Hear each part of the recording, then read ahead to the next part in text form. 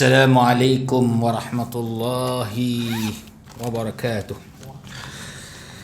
Alhamdulillahi wassalatu wassalamu ala rasulillah ballagha ar-risalah wa adda al-amanah wa nasaha lil ummah wa kashafa Allahu bihi al-ghummah wa jahada fi sabilillahi haqqa jihadihi hatta atahu al-yaqin. Allahumma salli wa sallim وبارك على سيدنا محمد وعلى آله وصحبه أجمعين. سبحانك لا علم لنا إلا ما علمتنا إنك أنت العليم الحكيم. رب اشرح لي صدري ويسر لي أمري واحلل عقدة من لساني يفقه قولي.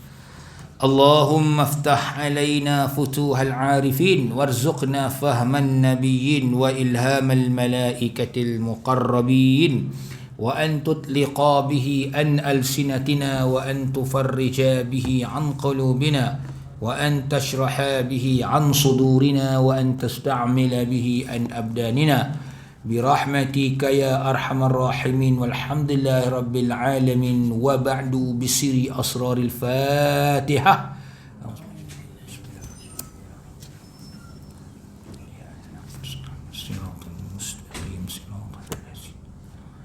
عليهم غير المغضوب عليهم ولا الضالين آمين يا رب. Hari ini kita masuk dalil yang ketiga muka surat 59. Yang ketiga, apa bukti Allah itu kekal, baqa'. Dalil baqa' dia panggil, dalil bukti. Dalil baqa' bukti Allah kekal. Iaitu jikalau tiada wajib bagi Tuhan bersifat baqa'. Kenapa dia panggil tiada wajib bagi Tuhan bersifat baqa'? Jikalau tiada wajib. Sebab sifat wajib bagi Allah ialah baqa'. Itu panggil dia wajibat ataupun kamalat bagi Allah Ta'ala. Wajib Allah sifat baqa'. Itu dia punya panggil sifat dia. Sifat wajib bagi Allah adalah baqa'. Baik. Dia kata apa? Jikalau Allah tu tidak bersifat kekal, baqa' lah, nescaya ternafi daripadanya tu Allah bersifat qidam. Kalau Allah Ta'ala tidak kekal, berarti Allah Ta'ala tidaklah qidam. Tidaklah Allah Ta'ala tu bersifat sedia ada. Tidaklah Allah Ta'ala bersifat ada dari dahulunya. Kan? Baik. Dia kata apa? Kerana adalah wujudnya daripada ketika itu wujud yang harus. Jadi kalau begitu Allah tidaklah dianggap sebagai wajib ada. Maknanya dia harus ada lah, macam makhluk lah. Kan? Makhluk ni harus ada je. Dia bukan wajib ada. Allah wajib ada. Allah wajib kekal.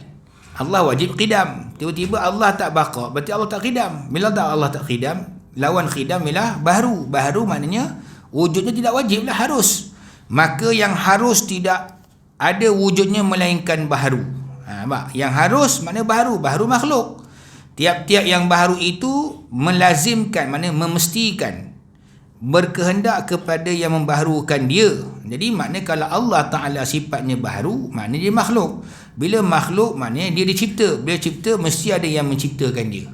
Jadi kalau Allah Ta'ala tidak sifat kekal, berarti Allah Ta'ala itu tidak qidam. Bila tak qidam, Allah baharu. Bila tak baharu, Allah ciptakanlah. Itu dia. Dia yang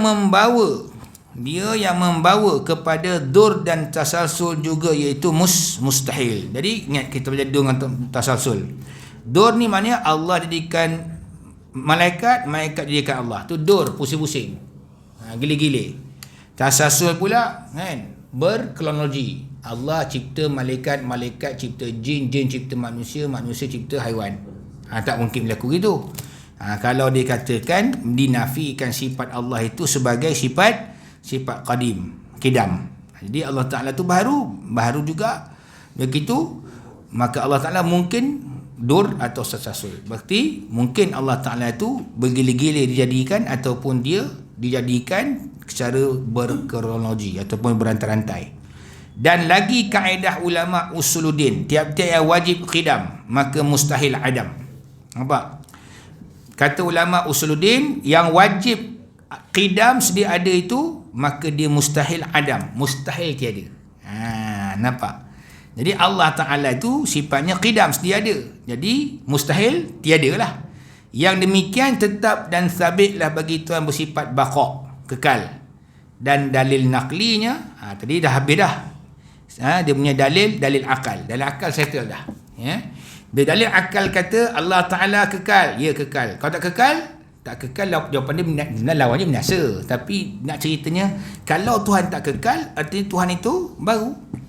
Bila baru, dia cipta bila masa boleh musnah. Itu nama automatik dalil lawan kekal musnah. Pasal apa jadi musnah? Macam mana sampai musnah tadi? Sebab Allah bila dia tidak kekal, berarti dia itu bukan qidam. Bila bukan qidam, berarti dia baharu. Bila bukan baharu, dia dicipta. Bila cipta maknanya bila masa boleh musnah. Boleh tak ada, adam. Dan dia boleh dikatakan harus saja ada, bukan wajib ada. Jadi maknanya kalau Allah Ta'ala qidam, maka di situ dia bukan adam. Maknanya bukan tiada, mesti ada. Baik. Dalil naklinya, kullu man 'alaiha fan wa yabqa wajhu rabbika dzul jalali wal ikram. Tiap-tiap sesuatu yang ada di atas muka bumi binasa. Tiap-tiap yang ada atas muka bumi ini binasa. Maksudnya apa dia? Siapa je yang ada ke atas muka bumi, dia pasti binasa. Sebut je apa yang tak binasa, semua binasa. Harta benda binasa, bumi binasa, langit binasa, orang binasa, jin syaitan binasa belaka. Dan berkekalan zat Tuhanmu, wa yabqa ni baqa lah, kekal zat Tuhanmu ya Muhammad, yang mempunyai kebesaran dan kemuliaan. Siapa yang mempunyai kebesaran dan kemuliaan? Allah Ta'ala. Surah Ar-Rahman ayat 26 hingga ayat 27. Jadi maknanya kekal tadi membawa kepada makna Allah Ta'ala itu sifatnya sedia ada. Itu makna kekal. Dia sedia ada, maknanya tak adalah siapa yang mengadakannya. Kan? Bila tak ada siapa mengadakannya, berarti dia mengadakannya. Itulah. Jadi kalau kata Allah Ta'ala tak kekal, bukan baqa', berarti dia bukan qidam. Dia bukan qidam, dia pula baharu. Bukan bila dia baharu, maka dia diciptakan. Dia ciptakan bila masa boleh musnah. Bila masa boleh musnah, maknanya kewujudannya bukan wajib. Kewujudannya adalah harus. Sedangkan Allah tu wajibul wujud, wajib ada. Yang keempat, dalil mukhalafatuhu lil hawadith, iaitu jikalau Tuhan serupa dengan makhluk. Baharu tu makhluk lah.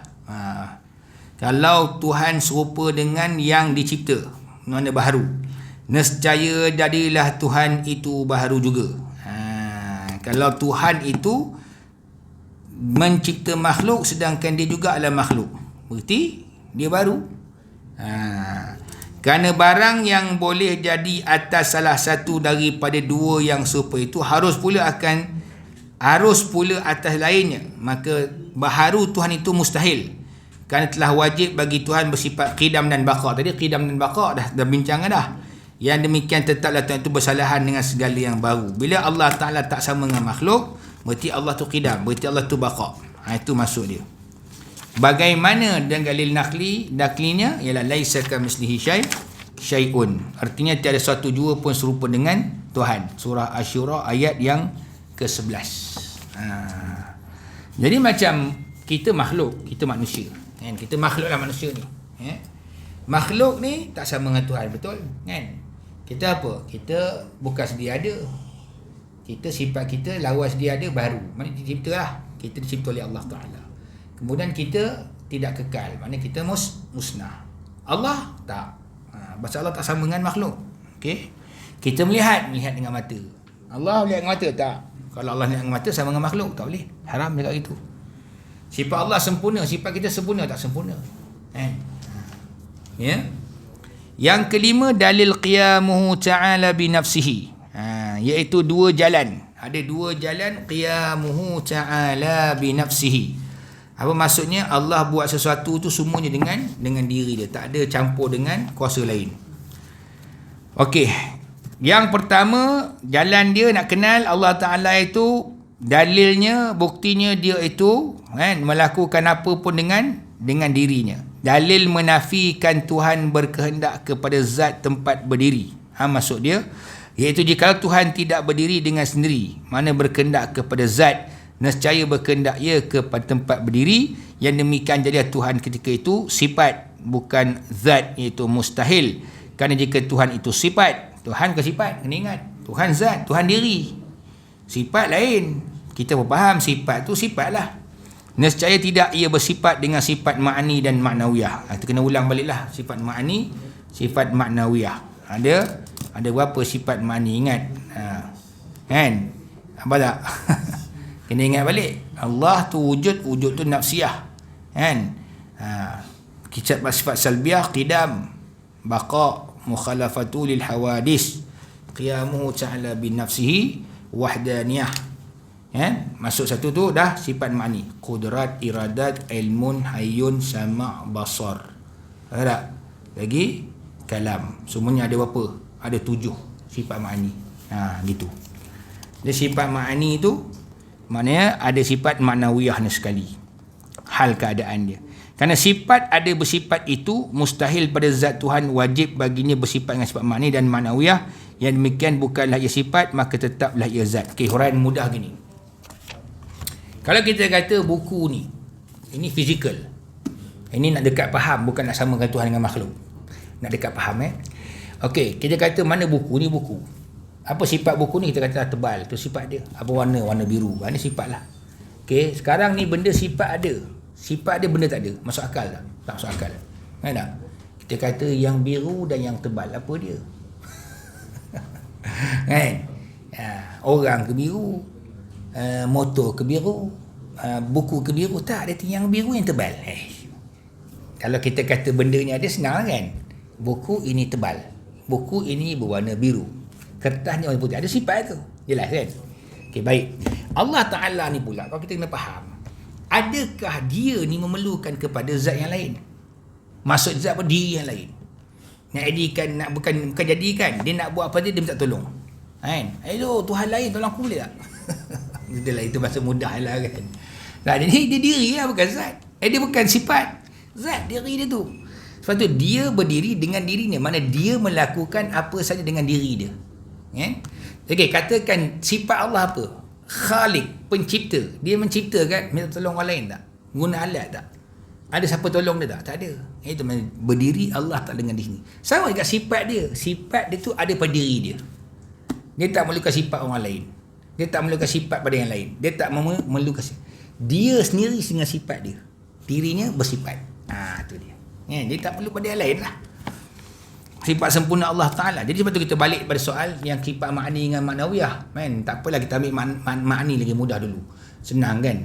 Jadi qudrat maknanya Allah Ta'ala bersifat berkuasa. Betul? Okey, bila dia berkudrat, berkuasa, dia berkehendak.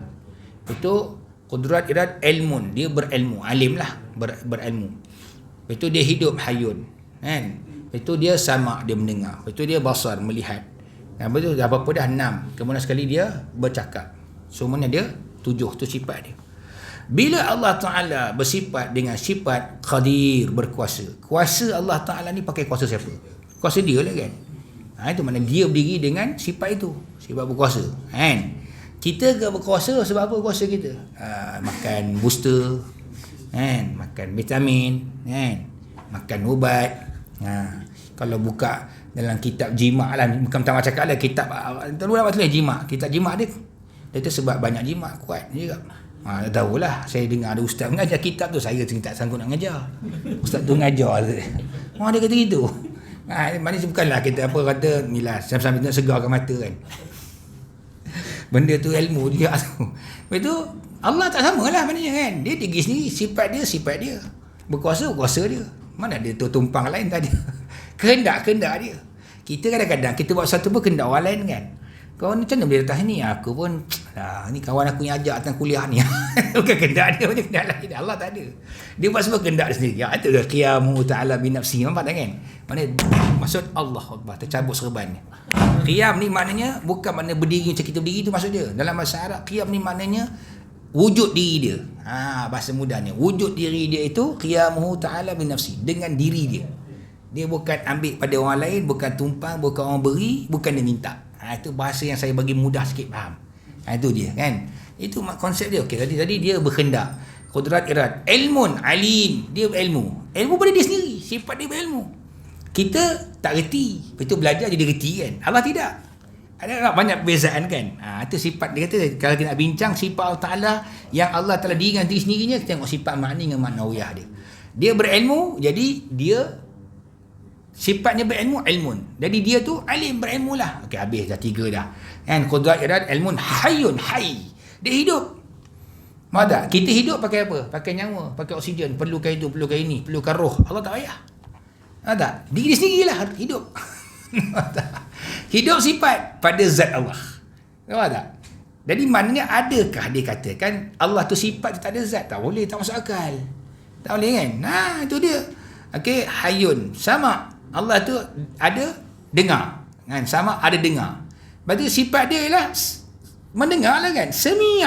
Lepas tu yang setengah kitab nanti kita akan jumpa kalau ada ustaz-ustaz lain ngajar nanti kan. Dia kata bukan maha mendengar, pendengar dia. Allah Ta'ala memang sifat dia mendengar. Kita mendengar. Tengok. Pakai telinga. Ada telinga baru dengar. Tak telinga tak dengar. Allah tak payah. Melihat. Berapa dah? Yang keenam. Lihat dia dengan diri dia. Perlu mata? Tak perlu. Kita perlu mata. Saya perlu lagi satu mata lagi nak jadi 4 semua. Nah, Allahu Akbar kan. Gitulah bila Allah bercakap. Kita bercakap kena ada suara, ada huruf, ada lidah kan. Inilah nak bincang benda ni ke apa, nak nampak Allah tu ni hebat sangat. Hebat. Diri dia lah, tak sama dengan diri makhluk. Yang kedua, jalan nak kenal Allah Ta'ala itu, dirinya wujud dengan dirinya itu menafikan Tuhan daripada berkendak kepada yang menjadikan ia. Itu mudah lagi. Lagi mudah nak faham kan yang jalan kedua ni.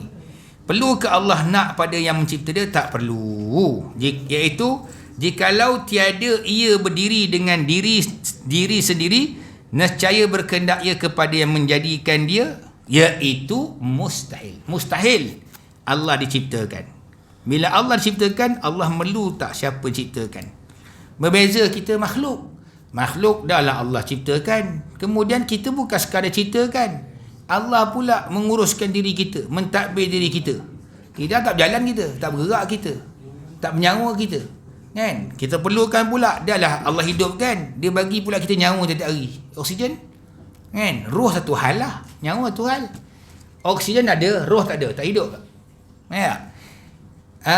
Roh ada, oksigen tak ada, mati. Ada oksigen tak ada roh pun mati. Maknanya berapa benda kita nak dalam diri kita ni, betul tak? Kita berhajat sangat. Allah bagi kita diri, Allah bagi kita roh, Allah bagi kita oksigen, Allah bagi kita makan, Allah bagi minum. Tak ada unsur-unsur ni possiblenya hukum akal, hukum adat kata mati dah. Kan? Ini lemah kita tu. Sebab tu orang-orang ahli tasawuf, dia belajar tauhid, kemudian baru dia belajar tasawuf, maka dia lagi makrifat Allah, kenal Allah, lagi dekat dengan Allah. Maka dia akan kata last kali conclusionnya semuanya Allah. Itu dia. Kita lain kan. Allah juga, tapi kita. Kayanya kau, tengoklah kau kerja siang malam. Dia kan? Kaya pun rezeki Allah punya. Tak? Allah lagi kaya. Aku miskin, dia bagi ni. Bukan aku punya, dia punya. Gitu. Kita tak, kita punya. Itu yang dia sombong tu. Tu yang akhir berkuasa, ingat kuasa dia punya. Apa Allah bagi? Kalau Allah cabut, Allah cabut lah. Qulillahumma malikal mulki tu'til mulka man tasha' wa tanzi'ul mulka mimman tasha' wa tu'izzu man tasha' wa tudhillu man tasha'. Katakan ya Muhammad, al-malikul. Siapa dia? Malik, Allah Ta'ala. Dia yang memberikan mulk, kerajaan. Dia boleh cabut. Dia boleh memberikan kemuliaan. Dia boleh beri kehinaan. Kita lupa. Kita lupa tentang tu. Lepas tu kita kata, kita tak ingat dan tak tahu. Yang kita ni berkehendak. Mana fakir. Selagi nama berkehendak, fakir lah tu, miskin lah tu kan. Baik, kerana jika berkehendak kepada yang menjadikan dia, nescaya jadilah ia baharu. Tu jelas lah kan. Kalau Allah Ta'ala perlukan siapa menciptakan dia, berarti dia bukan lagi dia bukan lagi khalik, pencipta. Dia bukan lagi creator, berarti dia created, dia dicipta. Jadi bila cipta, dia makhluk sifatnya baru. Tetapi keadaan Tuhan itu baharu mustahil, kerana Tuhan telah sabit, tetap wajibnya qidam. Yang demikian sabitlah Tuhan itu berdiri dengan sendiri dengan makna kaya mutlak. Ni nampak? Allah kaya mutlak, iaitu terkaya daripada tempat berdiri dan terkaya daripada yang menjadikan dia. Jadi tak ada siapa pun yang perlu nak cipta Allah. Tak ada siapa pula yang perlu memberi bantuan kepada Allah. Allah tak perlu kepada sebarang bantuan. Allah tak perlu sebarang pencipta. Semua dia saja. Jadi dia kaya mutlak. Kan? Kita miskin, Allah kaya. Allahu Akbar. Itulah. Jadi jalan pertama, nafikan Tuhan itu daripada sifat sama dengan makhluk. Yang kedua, nafikan Tuhan itu berkendakkan kepada sesuatu macam makhluk. Itu bahasa mudahnya lah. Ya? Jadi Tuhan tak sama macam makhluk dan Tuhan tidak berkehendak seperti kehendak makhluk. Ada pun kaya jirim itu cuma kaya muqayyad. Muqayyad ni satu istilah. Maksudnya terkaya daripada satu pihak jua. Iaitu terkaya daripada tempat berdiri tapi tiada terkaya pada satu pihak yang lain. Iaitu tiada terkaya daripada yang menjadikan dia. Macam ni maksudnya. Ya. Kita sekarang, kita ambil sekarang ni. Kita miskin, dia miskin. Pasal apa kaya? Allah kaya. Jadi, dia beri rezeki pada kita. Itu macam tu. Apa tak? Itu bahasa mudahnya. Jadi, kaya kita ni sebabkan apa? Allah tak boleh beri. Itu bahasa muqayyad. Satu. Hakikatnya, siapa kaya? Allah. Sebab sifat yang kaya dia boleh memberi. Satu. Yang kedua, dia beri tak kurang. Kemudian dia pula tak berhajat kepada yang lain. Jadi kita kita kaya, tapi masa kita kaya tu kita hajat pada orang lain tak? Ialah hajat lah. Kalau orang tu kaya sebab kena kerja, dia harap majikan dia bayar gaji. Kalau dia kaya sebab dia berniaga, dia harapkan pelanggan beli barang dia. Nampak? Kalau katakan dia kaya sebab kerana dia main saham ke main apa, tak kisahlah, forex ke apa kan? Kan? Sebab kerana makhluk juga kan? Nampak tak? Makhluk sendiri yang beli dia punya duit. Tapi hakikatnya cara beri rezeki Allah Ta'ala juga. Benda bergantung. Itulah muqayyad, bergantung dia. Kemudian pula sifat dia memerlukan kepada yang lain. Kan? Dia pun boleh memberi tapi tetap tak cukup. Kan? Sebab itu dia pun menerima. Sebab macam contoh, kita ada duit, kita bagi ke orang, habis. Kita kena ambil duit baru pula. Ada oleh kita. Allah Ta'ala, dia beri tak pernah habis. Siapa kaya hakikat sebenarnya? Pernah tak Allah Ta'ala kata, Allah Ta'ala, aku tak boleh bagi kau orang lagi dah beras, tempatan tak ada dah, habis. Yang cakap tu manusia je. Macam mana pun kau nak tentu juga Ustaz. Itu dia. Itu manusianya kerja tu kan. Allah tak ada. Allah tak nak kata apa beras tempatan kurang. Manusia yang kata. Bayang kan. Dalam kitab tauhid yang lain kan. Satu orang manusia nisbahnya pada jin 10. Mana sejuta manusia 10 juta jin. Betul? Daripada jin dari 10 nisbah pada malaikat lagi ganda 10 lagi. Bayangkan kaya tak Allah Ta'ala. Lepas itu barulah binatang datang. Nak cerita apa tau. Jumlah manusia sikit sebenarnya. Jumlah paling tinggi dalam alam ni adalah malaikat. Berarti antara jumlah manusia dengan jumlah malaikat, tengah-tengah tu jumlah binatang. Makna makanan cukup je. Untuk yang kita makan lah, yang kita makan. Pertama yang terbang burung, tapi jarang orang makan sangat kan. Yang ada laut, binatang laut, dia senaraikan. Binatang udara, laut, lepas itu darat. Darat pun banyak, bayangkanlah. Betul orang makan apa? Kambing. Orang makan apa? Lembu, kerbau, ayam. Nampak tak? Tak pernah kurang. Ni dah ulama-ulama yang kaji. Kita dah ingat ulama-ulama lekeh dia kaji lama dah. Kita bayar sains ni pun tak tahu dia ciplak di sana tu kan. Dia ada siap. Tak pernah kurang dia. Nampak tak? Tapi manusia suka cari kat benda yang kurang tu. Apa dia? Rimau nak kalau dia makan, rimau dia makan. Kan? Apa ada? Singa boleh nak makan. Tapi memang takkan makan. Fitrah dia tak nak. Fitrah dia tak nak benda gitu. Kan? Allah jadikan semua. Satu bila dia menjawab, orang Hindu kata, kenapa kau makan lembu? Banyak sangat. Makan lah. Allah kata orang Buddha, kenapa kau makan semua binatang berdarah ni? Ini Allah Ta'ala jadikan. Makan je lah. Maksudnya, memang benda tu banyak. Kalau kau tak sembelih dia banyak. Itu orang sembelih, orang jual. Mana siapa beri? Allah. Penjual dia kaya. Tapi siapa beri? Allah. Jangan risaulah, rezeki Allah Ta'ala beri saja. Memang cukup banyak. Mana bilangan untuk manusia makan tu terlalu banyak sangat. Lepas tu kalau kita makan ni rezeki, memang ada je. Siapa kata tak ada? Allah Ta'ala beri sebenarnya. Sebab jumlah kita tu dengan jumlah ciptaan lain, kita punya jumlah sikit sangat. Pada apa yang kita nak makan cukup banyak. Cukup banyak. Itu macam cerita lagi malaikat langit pertama 10 kali ganda. Langit kedua 10 kali ganda. Langit ketiga 10 kali ganda. Lagi banyak. Itulah saya kata. Kesimpulannya Allah jadikan malaikat paling banyak. Manusia paling kurang. Di antara manusia dengan malaikat situlah jin, syaitan, binatang. Mana? Punya banyak. Itu dia. Jangan bimbang. Kaya Allah Ta'ala. Dalilnya apa dia? Innallaha laghaniyun 'anil 'alamin. Bahawa Allah Ta'ala itu terkaya daripada sekalian alam. Al-Ankabut ayat ke-6. Maksud dia terkaya daripada sekalian alam.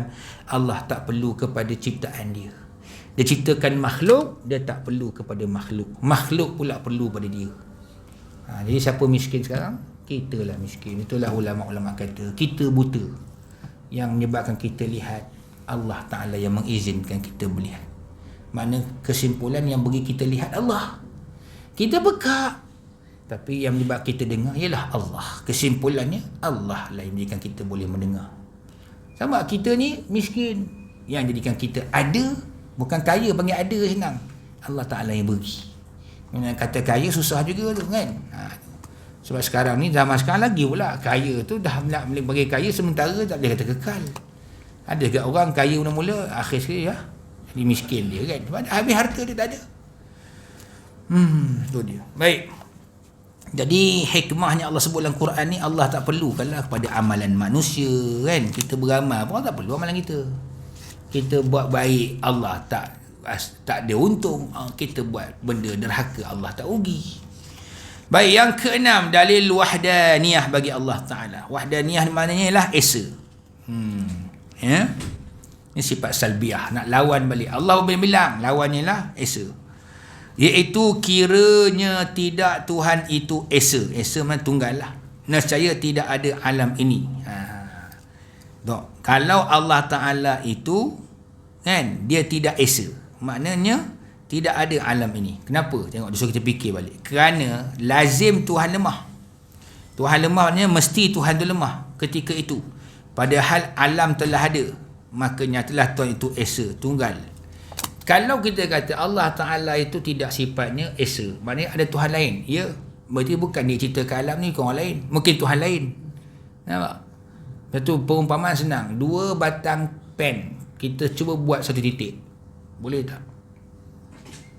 Itulah umpama 2 Tuhan cipta satu dunia, satu langit.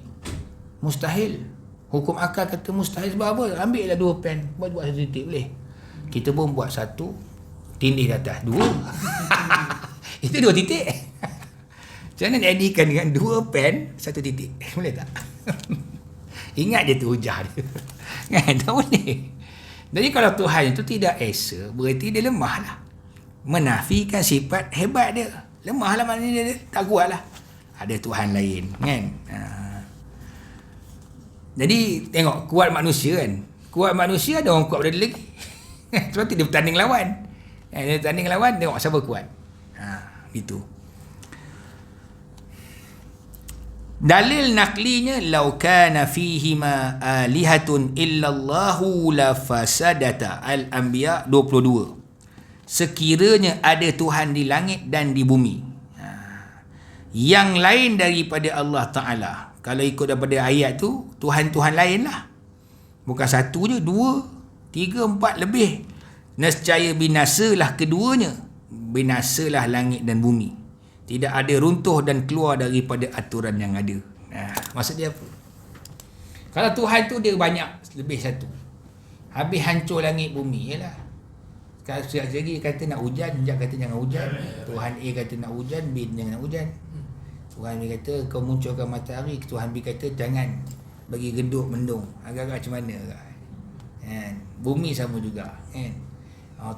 Tuhan ni kata kau tumbuhlah sini tumbuhan, jangan. Sini kau letak je air, tak aku nak dikering. Ni darat, ni laut. Habis. Sekejap jumpa laut, sekejap tidak. Kan? Sedap-sedap mandi laut, tiba-tiba kering air. Pindah sana pula. Maulah kita pindah sana. Pindah sana pula tuan kata tak tukar lokasi pula lah kata dia. Kan? Kawasan ni kita nak buat pembangunan. Kan? Jangan bagi dia laut lah. Dia sedut pula pergi tempat lain. Orang elok mandi lah, tak ada pula air. Mualah sungai pula. Elok mandi sungai terjun tiba-tiba terus kering. Mana airnya? Tuhan kata aku biar sebab alim lah. Dah dia sudah tak boleh pakai lah ni. Cuti sekolah harap sebulan je. Duduk rumah senang. Duduk rumah kan. Asyik tidur je. Asyik malam je. Tuhan tu nak malam. Tiba-tiba cerah balik siang. Bos kata, woi kau mana tak kerja ke? Bukan ke malam dah. Dia siang dah. Naklah kerja orang kena kerja nak tunggu tu siang. Ada kan? Kerja kontrak. Mana ada orang malam sangat kan? Malam pasal lampu kos pula elektrik biarlah. Kita buat kerja waktu siang. Ada matahari buat kerja. Tiba-tiba baru nak tidur lelap dah siang dah. Kena bangun nak buat kerja lagi. Binasa dunia ni. Bayangkan. Jadi itulah Quran. Dia turunkan ayat, dia suruh kita fikir balik. Inilah dia sebabnya Allah Ta'ala itu, dia esa. Kalau banyak, takkan jadi. Ada pun keterangan atau kenyataan yang menunjukkan binasa alam. Atau tidak boleh ada alam. Kalau jadi dua. Sama ada alam binasa, ataupun bila banyak Tuhan, tak adalah alam ni. Sebab apa? Jika berbilang-bilang Tuhan. Banyak sangat Tuhan tu. Bagaimana dalil akli dan nakli yang di atas terbahagi atas 4 kenyataan. Berdasarkan pada dalil akal dan juga dalil Quran hadis atau nakal ni, maka dia kata ada 4 benda. Pertama, ditakdirkan. Kalau andai katalah kita kata, berbilang Tuhan, banyak sangat bilangan Tuhan, pada menjadikan hal keadaannya bersama-sama muafakat, maknanya sama-sama bersetuju, serta tidak bertolong-tolong satu dengan lain, mustahil.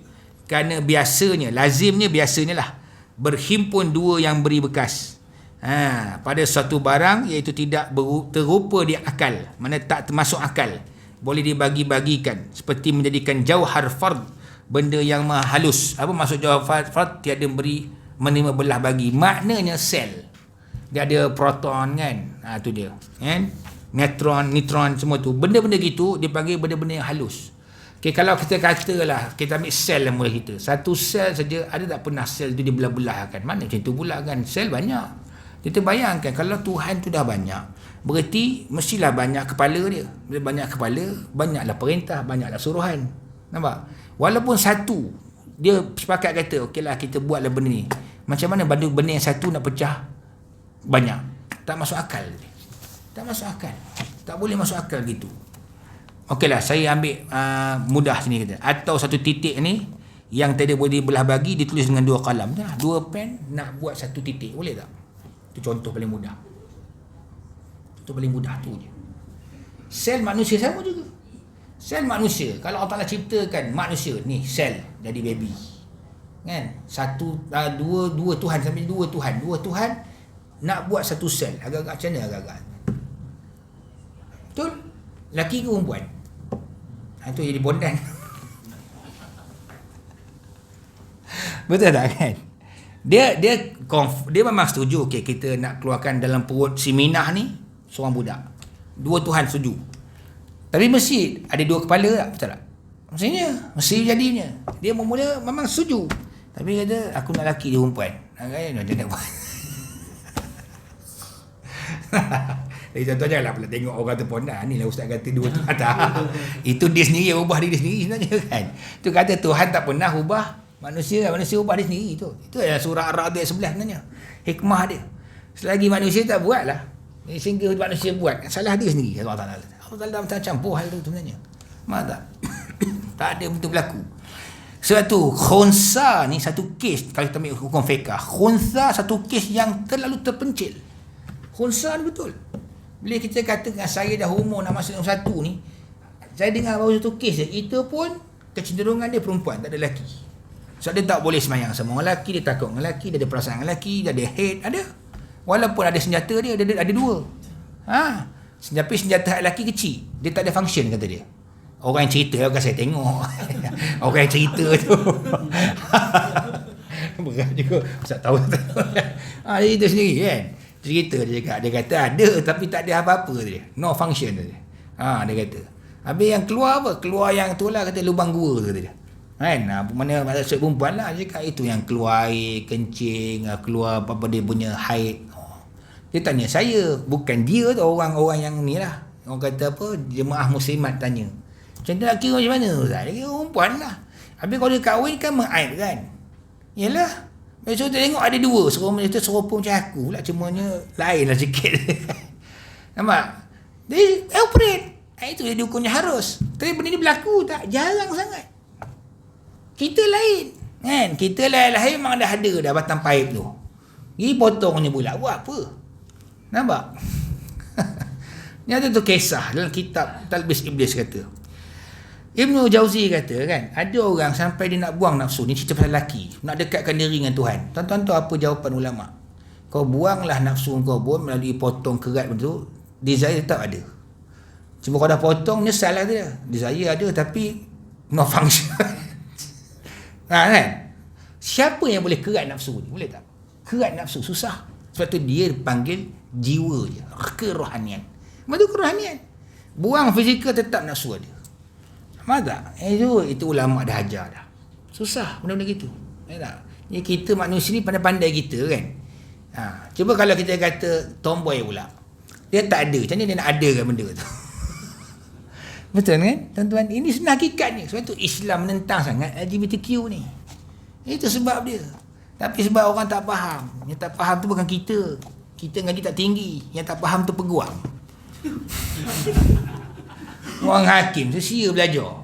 Betul? Dah lah. Kan? Itu hak manusia. Itu hak manusia. Dah lah. Kau doa ke biar orang jahat buat satu ke dia kan? Kenapa kau buat ni? Tak dalam Quran pun larangan. Pegang-pegang tak. Dia kata jangan menghampiri zina. Pegang tak apa. Aku betul-betul pening orang macam ni tuan-tuan. Allah. Dunia akhir kan. Sampai penghujung. Tak?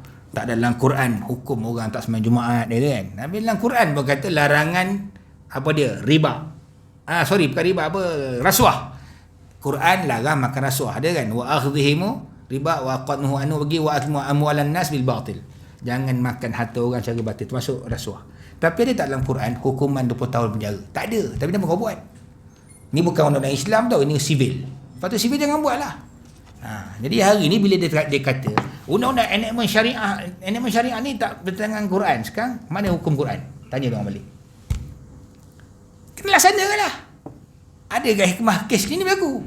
Kan? Sekarang kau buka Quran cari ukur hudud, qisas, jalankanlah. Itu bertepatan Quran. Tak nak pula. Jadi nak apa? Ni nama bukan munafendi, munafik. Sebab tu tuan-tuan kan, bahaya tak Yahudi? Bahaya. Tapi lagi bahaya munafik. Sebab Yahudi tu kuat sebab munafik. Kafir tu kuat sebab munafik. Munafik ni bahayanya. Nampak? Tapi itulah menang juga. Yang kedua, ditakdirkan berbilang Tuhan. Kalau Tuhan tu banyak dia. Pada menjadikan hal keadaannya. Muafakat. Dia setuju. Semua Tuhan tu setuju. Untuk menjadikan sesuatu. Tetapi separuh seorang menjadikan, maka dihukumkan mustahil. Kerana lazim berat salah satu bersamaan dengan tiada yang beratkan. Macam inilah maknanya. Satu nak buat, satu tak nak buat. Jadi tak tuan-tuan? Katakanlah kita kata majoriti. Tuhan tu ada 4. 3 nak buat, satu tak nak buat. Kan? Ataupun 3 nak buat tapi tak sama dengan yang keempat. Tak jadilah. Tak? Macam tadi saya kata, kita andai ke budak lah. Ini kan budak dalam perut ibu dia. Yang 3 ni semua kata lelaki, satunya kata perempuan. Agak nak ikut mana agak-agak? Mesti ikut majoriti kan. Masa tu Tuhan tu demokrasi ke lah maknanya. Suara ramai kan. Jadi itu cakap, tentu arah budak tu lahir. Jadi apa agaknya? Nak kata lelaki beda, perempuan beda, entahlah. Redha je lah. Yang ketiga ditakdirkan berbilang-bilang Tuhan pada menjadikan hal keadaannya bersalah-salahan serta tulus kehendak keduanya. Seperti seorang berkehendak akan mengadakan malam dan lain berkehendak akan mengadakan siang, maka lulus kehendak kedua itu mustahil. Kan? Dua-dua kata boleh kita buat malam siang. Jadi tak tuan-tuan? Takkan jadi. Mana jadi pula? Dua benda yang mustahil. Sebab apa? Sifat malam gelap, sifat siang terang. Mana? Boleh jadi tak? Tak jadi. Mustahil. Sebab apa dia? Sebab berhimpun atau berkumpul dua benda yang berlawanan. Dan yang keempat ditakdirkan berbilang-bilang Tuhan pada menjadikan hal keadaannya bersalahan pada hal lulus kehendak salah seorang daripada keduanya. Hukumnya mustahil kerana yang tiada lulus itu tetap telah lemah dan yang lulus itu pun lemah juga kerana bersamaan darjat keduanya. Mana gini? Ada dua Tuhan. Kan? Satu nak buat, satu tak nak buat. Maknanya yang nak buat pun tak kuat, yang tak nak buat pun tak kuat. Yang nak buat itu, kenapa tak kuat? Sepatutnya kuat lagi, kokok akal. Tak kuat sebab ada yang mencabar dia. Faham tak? Lepas tu yang apa ni, yang tak boleh buat, yang tak nak buat, tak kuat lah. Sebab ada lagi yang kuat dia, boleh buat. Aku nak buat, okeylah, kau buat lah. Nampaknya macam salah seorang kuat, salah seorang lemah. Dua-dua lemah sebenarnya. Sebab apa? Ada yang mencabar dia. Tuhan mana boleh ada orang cabar dia. Kalau nak cuba. Satu kisah pernah berlaku. Kisah berlaku dekat Kelantan dulunya. Ada orang ni, masa saya zaman sekolah rendah tu, cerita dia meninggal nak tanam. Berat sungguh jenazah dia. Masa tanam tu ada ular besar. Katanya gini, dia punya pokok tembakau tu tak jadi. Tanam tak jadi sebab hujan lebat kan. Dia hujan tu tembakau tak jadilah. Dia ambil parang keluar. Dekat rumah dia cabar. Hai Tuhan, boleh tak jangan bagi hujan? Aku punya tembakau tak jadi kali ni. Marah dia. Dia taklah masa hujan turun dia kena petir, tak ada. Tiba sakit dia. Sakit meninggal. Orang nak angkat jenazah tak boleh. Angkat ramai-ramai itu pun orang kata paksalah, kalau kita biarkan mayat tu busuk kan. Angkat juga ramai-ramai. Masa tanam masalah, nak angkat masalah, urus jenazah masalah belaka. Moral of story nak bagi tahu dia cabar Tuhan. Itu pun Allah bagi okey sikit lah kan. Bolehlah orang angkat dia tanam. Kalau tak boleh angkat langsung macam, bayangkan. Itu pun Allah Ta'ala ada rahmat tu. Dalam hukuman ada rahmat lagi. Sebab apa dia bagi kat orang tanam jenazah dia? Tidak susah. Ingat tak kisah orang kata apa ni, Hasan nak rimau kan? Sama juga. Tanam biasa tak boleh, kena tegak apa boleh. Itu orang Kelantan, kawan saya sini ustaz cerita ni juga. Dia tengok juga memang tak boleh. Dia cuba dah nak baring, tak boleh juga.